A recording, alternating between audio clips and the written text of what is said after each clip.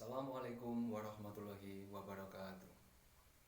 Perkenalkan, nama saya Muhammad Like Teguh Kurniawan dari SMP Negeri 3 Jepon, CGP Angkatan 10 Kabupaten Blora. Pada kesempatan ini, saya akan mempresentasikan tugas demonstrasi kontekstual modul 3.1, pengambilan keputusan berbasis nilai-nilai kebajikan universal sebagai pemimpin pembelajaran. Berikut videonya. Selamat menyaksikan.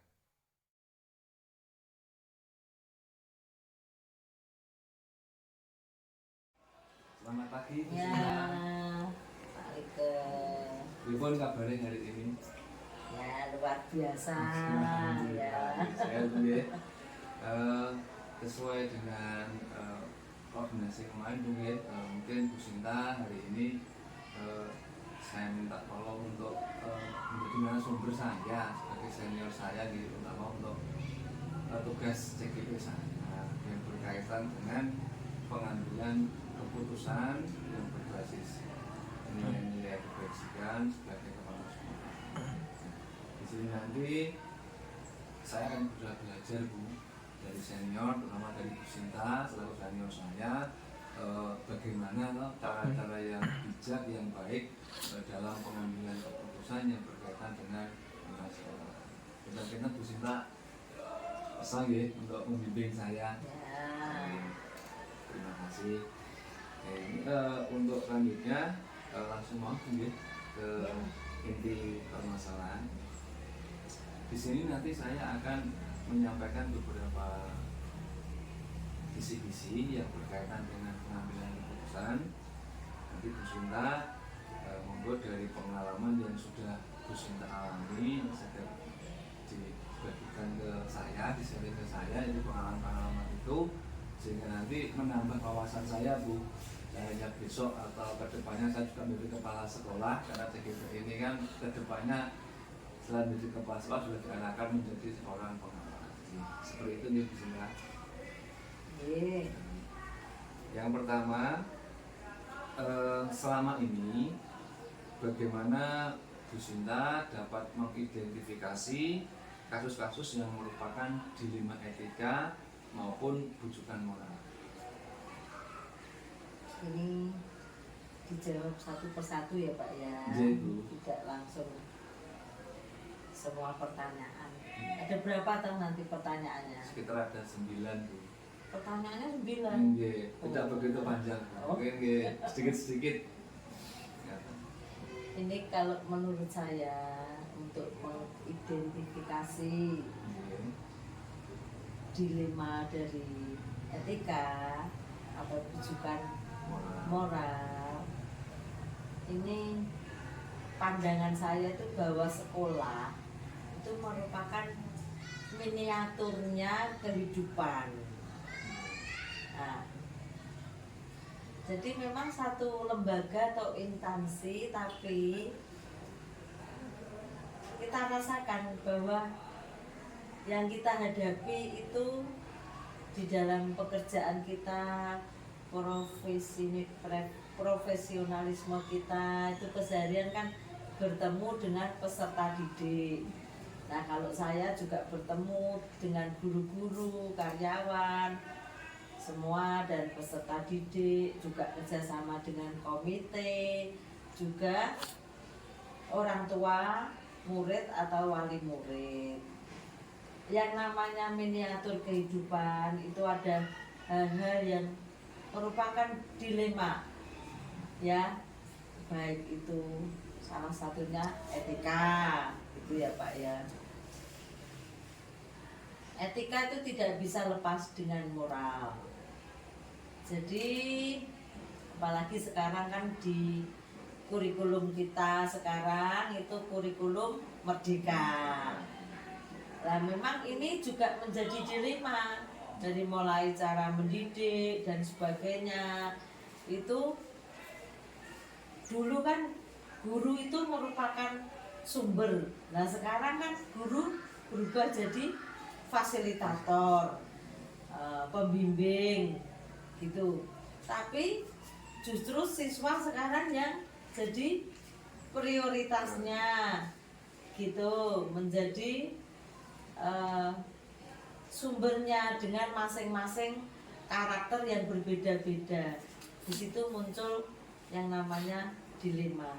Jadi yang pertama memang ada reformasi, mulai dari kepala sekolah, dari komite, bahkan dari orang tua murid, wali murid, dan juga terlebih lagi yang langsung setiap hari bertatap muka dengan peserta didik adalah guru-guru. Itu ya dilema, memang harus pertama mereformasi diri sendiri ini Bapak Ibu guru dengan menghadapi perubahan kurikulum. Kalau kita tidak berusaha untuk memahami, ya jadinya gagal paham. Ini bagaimana kok sekarang begini-begini, karena beda jauh dengan zaman waktu saya sebagai peserta didik. Saya waktu masih sekolah itu misal ada kesalahan apa, guru mengingatkan agak suaranya agak nada tinggi, siswa misal dicubit, dia enggak masalah. Sekarang kan enggak boleh. Jadi ya itu memang lebih ke karakter guru sebagai fasilitator, memahami karakter peserta didik supaya tidak terjadi tadi yang menjadi topik pagi ini. Iya, jadi karakter, etika, moral dari masing-masing peserta didik itu kita pahami sehingga kita tidak ada dilema untuk memberi solusi kepada anak-anak yang mungkin sedang bermasalah, karena tidak bisa langsung ini nek cara Jawa ya Pak digebyah ya. Jadi penanganan ini mengatasi problemnya anak si A dengan si B itu harus tepat. Untuk bisa tepat, balik ke kurikulum Merdeka tadi, guru sebagai fasilitator ini dalam menangani ini ada dilema-dilema ini gimana supaya nggak terjadi dilema, karena harus sesuai pendidikannya, harus sesuai ke masing-masing anak, sesuai karakternya. Itu Pak Ike yang bisa saya berikan. Untuk yang kedua, mungkin tantangan-tantangan apa yang Bu Sinta alami saat pengambilan keputusan terjadi dilema tersebut? Mungkin tantangan-tantangan secara intern atau secara eksternal dari diri sendiri ataupun mungkin dari bapak ibu yang lain mungkin yang pernah Bu Sinta alami seperti apa? Ini untuk yang kedua ini kita tuh harus punya ini pemahaman yang positif, pemikiran yang positif.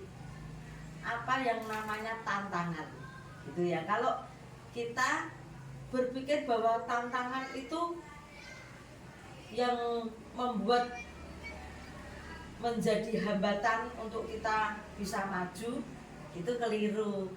Tapi kalau tantangan itu merupakan sesuatu yang bisa mendewasakan karakter kita, ya, menyikapi tadi berkaitan yang pertanyaan nomor 1, dilema. Kalau ada dilema etika itu bahwa tantangan itulah yang mendewasakan kita, ya. Gimana ini, oh ternyata sudah ada perubahan kurikulumnya, kurikulum Merdeka. Kemudian ada P5 ya, proyek penguatan profil pelajar Pancasila. Jadi dari masing-masing kita, tadi saya ulang, ada perubahan di dalam diri kita masing-masing, karena memang bahwa kepala sekolah, bapak ibu guru adalah agen perubahan, ya, untuk terciptanya suatu pembelajaran yang dinikmati oleh peserta didik benar-benar bisa memiliki karakter yang ini mencerminkan profil pelajar Pancasila. Itu Pak, jadi tantangan adalah seperti apa ya, kalau tanaman itu pupuknya, vitaminnya itu kita tidak alergi dengan tantangan asalkan kita bisa positif ya. Berikutnya ketika Bu Sinta sedang menghadapi suatu dilema atau permasalahan, apakah pengambilan keputusan itu diambil saat itu juga atau mungkin ada waktu tertentu, jeda waktu untuk pengambilan keputusan mungkin yang selama ini dengan permasalahan yang ada di sekolah kita? Cukup itu sudah nggih. Bagi saya pengambilan keputusan itu mengingat, menimbang bagaimana yang kita hadapi, dilemanya seperti apa, apakah bisa diselesaikan saat itu juga atau butuh waktu, karena kita mau melibatkan guru, wali kelas, guru BK, bisa dengan pemanggilan orang tua. Jadi untuk mendapatkan keputusan kita buat yang enak bagi semuanya. Nah itu yang sulit. Enak bagi peserta didik. Kita kan pelayan Pak di sini. Jadi yang namanya pelayan itu kan abdi ya. Kita abdi, kita pelayan, mengabdi, gitu kan. Jadi yang kita layani itu biar merasa puas, bahkan nanti dia bisa bersyukur, begitu. Jadi tidak mesti sesaat itu juga, agar ada keputusan yang ini Pak, kita ambil secara arif bijaksana, bisa diterima oleh semua pihak, dan yang mengalami dilema itu nanti bisa jadi menyadari, bisa memahami, dan bisa yaitu tadi kembali ke karakter yang profil pelajar Pancasila tadi. Ngoten Pak. Mungkin untuk peran yang terakhir Bu Sinta, dari semua proses dan langkah-langkah yang sudah Bu Sinta laksanakan, mungkin pelajaran apa yang Bu Sinta ambil dari sekian banyak permasalahan yang dihadapi itu untuk dalam artian untuk diri kita sendiri, dalam artian pengalaman apa yang bermanfaat, gitu. Sesuatu yang baru apa yang bisa dapatkan dari pengalaman menyelesaikan permasalahan itu. Ini saya berbagi. Oh iya. Pak Rike, waktu saya dampingi di Lokakarya, itu sudah mulai mengenal, memahami saya ya, karena saya tidak mau menulis tentang kekhawatiran guru yang lulus dalam calon guru penggerak, di situ diproses atau digodok 6 bulan ya untuk mendapatkan SK guru penggerak. Nah, mungkin dengan tugas-tugas yang begitu banyak, ada kekhawatiran meninggalkan jadwal atau jam mengajarnya dan sebagainya. Itu saya tidak mau kan menulis tentang kekhawatiran. Itu mungkin sesuatu yang agak mengagetkan ya dalam pribadinya Pak Rike. Loh, kok ini kepala sekolahku? Terus jenengan kan dulu tanya, sungguh Bu Sinta ini nggak khawatir dengan saya. Jenengan spontan kan, itu wajar Pak, dan sangat manusiawi. Jenengan muncul pertanyaan itu, Bu Sinta apa tidak khawatir? Nah, karena buat saya Pak, hubungan pertama kita itu adalah dengan yang memberikan nafas kehidupan, yang pemberi hidup kita bisa hidup, kita bisa berpikir, kita bisa beraktivitas, itu semuanya harus dilandasi dengan hubungan yang beres dengan Sang Pencipta. Kalau sudah beres dengan Sang Pencipta itu enak, Pak. Jadi apa yang kita kerjakan itu adalah merupakan aplikasi, kesempatan untuk kita mengekspresikan dari hubungan kita dengan Tuhan yang tidak dilihat oleh orang lain.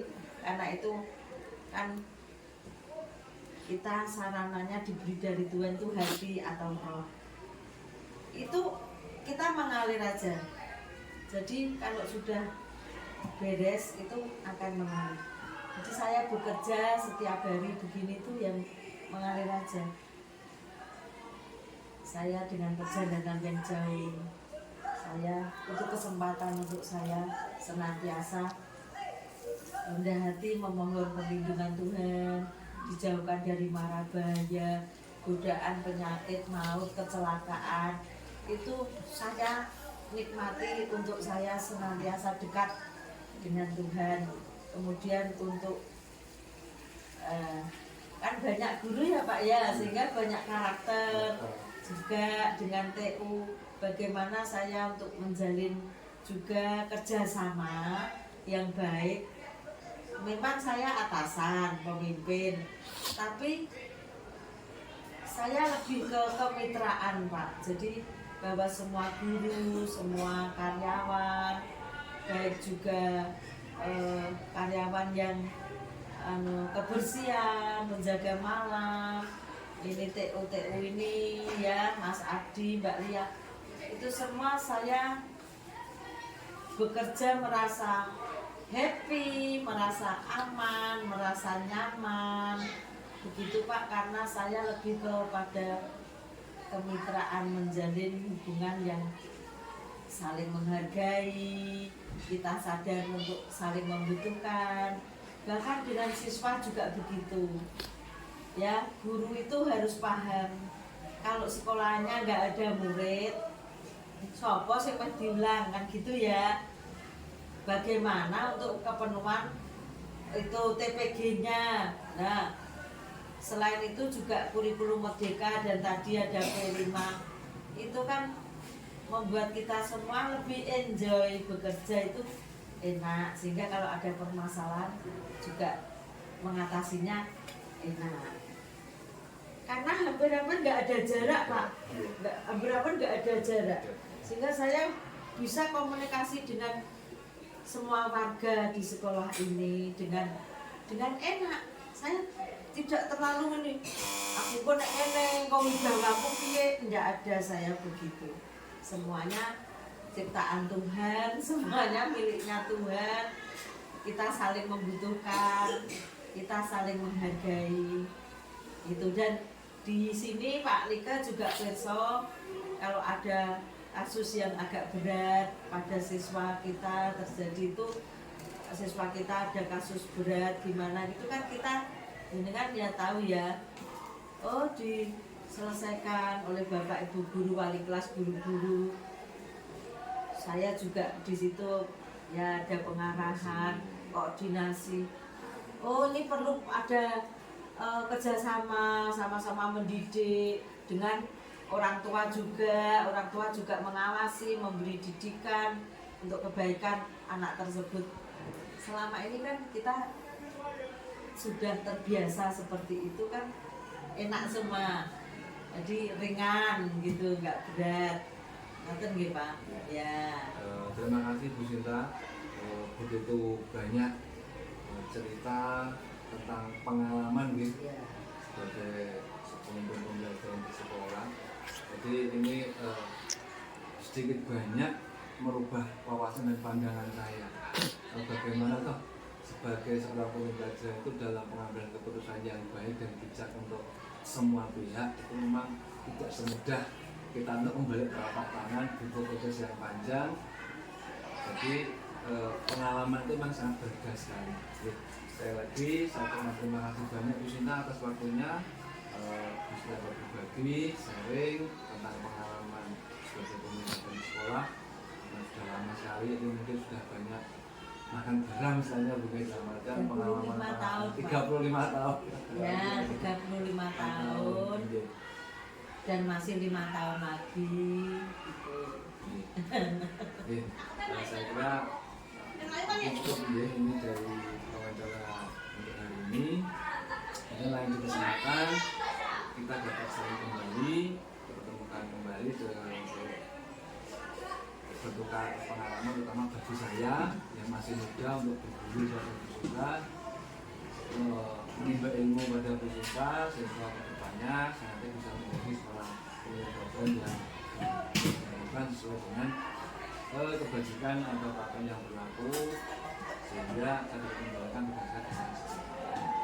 Mungkin untuk hari ini sudah terima kasih. Sampai ketemu lagi di kesempatan berikutnya.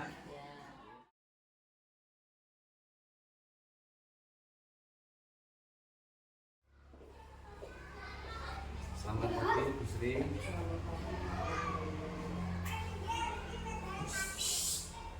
Terima kasih sebelumnya Bu Sri berkenan untuk hari ini wawancara, karena kemarin sudah di awal janjian beliau untuk menentukan waktunya yang tepat kapan. Alhamdulillah hari ini bisa untuk melakukan wawancara. Saya ucapkan terima kasih sebelumnya. Untuk mempersingkat waktu mungkin langsung saja Bu Sri ya. Kali ini saya mendapatkan tugas dari CGP yaitu mengenai demonstrasi kontekstual modul 3.1 tentang pengambilan keputusan sebagai pemimpin pembelajaran. Mungkin di sini nanti saya akan menimba ilmu dari Bu Sri selaku kepala sekolah di SD 1 Purwodadi ini. Dari pengalaman Bu Sri nanti saya dapat belajar bagaimana menjadi seorang pemimpin pembelajaran yang baik dalam menyelesaikan permasalahan yang ada di sekolah. Seperti itu Bu Sri. Berkenan nih Bu Sri bertukar pengalamannya. Terima kasih. Untuk yang pertama mungkin ada beberapa pertanyaan yang akan saya ajukan Bu Sri. Selama ini bagaimana Bu Sri itu mengidentifikasi kasus-kasus yang merupakan suatu dilema etika maupun usulan moral. Terima kasih Pak Li, saya ingin mencoba sharing memberi jawaban pertanyaan dari Pak Li. Kalau di sekolah kami, khususnya di SDN 1 Purwodadi, yaitu mengenai dalam hal bujukan moral. Contohnya di sini dalam bujukan moral tidak sulit untuk menentukannya karena seseorang harus membuat keputusan untuk yang benar dan yang salah. Untuk selanjutnya dalam menjalankan pengambilan keputusan di sekolah tersebut, mungkin apabila terjadi suatu kepentingan yang sama-sama benar, dalam hal seperti ini sama-sama benar, bagaimana Bu Sri menyikapinya? Untuk di SDW kami, untuk seperti pertanyaan yang Pak Li utarakan seperti itu tadi, langkah-langkah yang saya lakukan contohnya seperti ini. Apabila kita mengalami sesuatu hal yang berbeda, kita memilih atau meminta pendapat salah satunya dari pihak warga sekolah, karena di mana warga sekolah itu bisa membantu menyelesaikan terlebih dahulu, dan bantuan dari beberapa teman khususnya dari pihak guru di sekolah sini. Sudah ada prosedur Bu, untuk prosedurnya berkoordinasi dengan warga sekolah, masalahnya bisa ke komite Bu ya. Untuk selanjutnya ini mungkin hal-hal apa saja yang mungkin dianggap oleh Bu Sri itu efektif ya dalam membantu untuk pengambilan keputusan tersebut? Pertama kita harus memikirkan tentang dampak apa nanti yang kita terima, khususnya dampak negatif atau dampak dari positifnya nanti itu bagaimana, kita pikirkan terlebih dahulu. Terus selanjutnya kita juga harus meminta pendapat dari pihak warga sekolah atau komite SMP. Selain itu kita juga harus bisa menyimpulkan di akhir titik permasalahan itu nanti kita akan menyimpulkan bagaimana permasalahan itu nanti di akhir titiknya. Nah, dari berdasarkan tersebut kita juga harus mengutamakan kepentingan bersama dalam arti mencapai untuk kepentingan yang terbaik seperti itu. Selanjutnya dari beberapa kasus yang mungkin sudah Ibu Sri selesaikan gitu, mungkin sedikit Ibu Sri dapat berbagi tantangan apa saja sih yang menghambat Ibu Sri dalam pengambilan keputusan tersebut? Oh iya, terima kasih. Tantangan yang pernah saya alami, contohnya itu dalam hal yang pertama itu kita mencari titik permasalahan yang sebenarnya itu terjadi itu apa ya. Terkadang itu kita belum bisa menemukan, maka dari itu kita harus yang pertama mengidentifikasi terlebih dahulu dari inti permasalahan, terus mencari, menyimpulkan beberapa informasi dari sana dari sini, terus mencari solusi dan mempertimbangkan kembali sebelum membuat keputusan di akhir itu nanti. Setelah itu kita baru memberi jawaban-jawaban tersebut kepada kita semua. Berarti dari yang disampaikan tadi, ketika suatu permasalahan itu terjadi tidak langsung diselesaikan secara satu juga, jadi harus berkoordinasi terlebih dahulu. Untuk selanjutnya mungkin adakah mungkin faktor-faktor yang tadi kan tantangan gitu, mungkin yang saat ini yang membuat Bu Sri itu lebih mudah dalam mengambil keputusan? Seperti contohnya dalam hal rasa keadilan dan rasa kasihan atas perlakuan yang sama yang kita berikan ke sesama orang. Terus kadang timbulnya perbedaan-perbedaan pada sebuah keputusan, terus perbedaan dalam arti nanti kebelakangnya itu hubungannya tentang apa nanti yang kita akan simpulkan dari titik permasalahan tersebut. Seperti itu. Nah, mungkin ini terakhir Bu Sri, dari proses penyelesaian permasalahan yang selama ini Bu Sri selesaikan, itu mungkin pengetahuan apa atau pengalaman baru apa yang Ibu dapatkan dari sekian banyak permasalahan yang sudah Ibu selesaikan ini, dapat pembelajaran apa yang bisa sharing?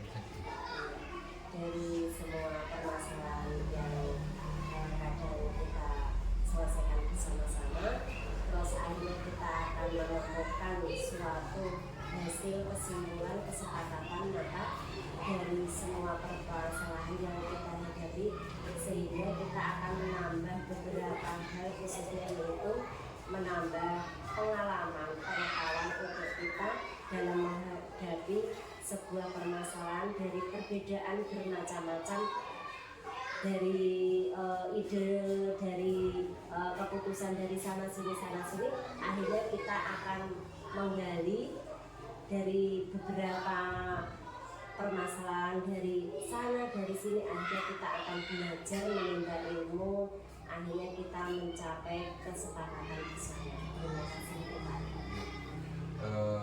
Dari yang sudah disampaikan tadi begitu banyak nih proses dalam penyelesaian satu masalah itu harus melewati beberapa tahap-tahap khusus tertentu sehingga dapat mengambil keputusan yang sesuai dan untuk semua itu bermanfaat untuk semua tanpa merugikan pihak manapun seperti itu. Mungkin terima kasih dengan sharing seperti ini akan menambah wawasan saya, menambah pengetahuan saya. Aku juga bersedia untuk berbagi pengalaman, terutama sebagai seorang pembelajaran yang baik.